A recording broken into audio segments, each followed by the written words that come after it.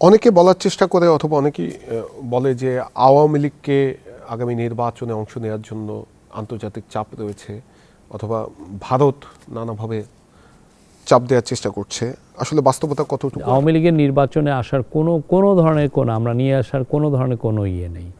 তাদের পার্টির লিডার সে একজন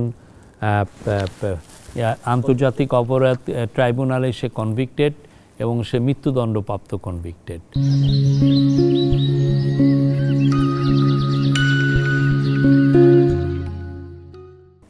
তো এই পৃথিবীতে কোনো সভ্য সমাজে এই সমস্ত পার্টির লিডার সহ এই সমস্ত পার্টিকে কেউ পলিটিক্স করতে দেয় না। কেউ হয়তো বলবেন যে ওনাদের তো কিছু পপুলারিটি আছে, সো হোয়াট, কোথাও দেয় না। এটা সভ্য। আপনি পলিটিক্স অলওয়েজ আপনার নন ভায়োলেন্ট। আপনি ভায়োলেন্স করবেন তাহলে আপনার পলিটিক্স করার কোনো রাইট নেই।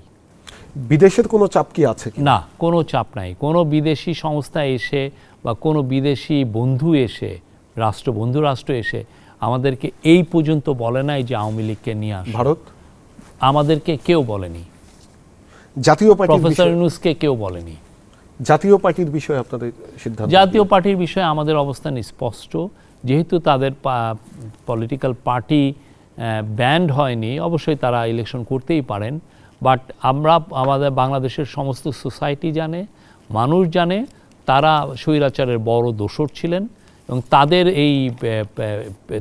তাদের রোলের কারণে তারা যেই দালালিগিরি করেছেন, সেই দালালিগিরির করার কারণে আওয়ামী লীগের তার ক্ষমতায় 15 বছর এক্সটেন্ড করতে পেরেছেন। তারা যেই ধরনের দালালি করেছেন, বাংলাদেশের মানুষের সাথে বিট্রে করেছেন, হ্যাঁ, তাদের আকাঙ্ক্ষাকে তারা গলা টিপে মেরেছেন এবং তারা, আমি জানি না কি কারণে তারা বিক্রি হয়ে গেলেন। এটা কি কোনো মনিটারি কারণে না অন্য কোনো কারণে আমরা জানি না, বাট অবশ্যই তাদের যে রোলটা তাদের গত 15 বাংলাদেশের মানুষ মনে রেখেছে তারা কি রোল প্লে করেছেন।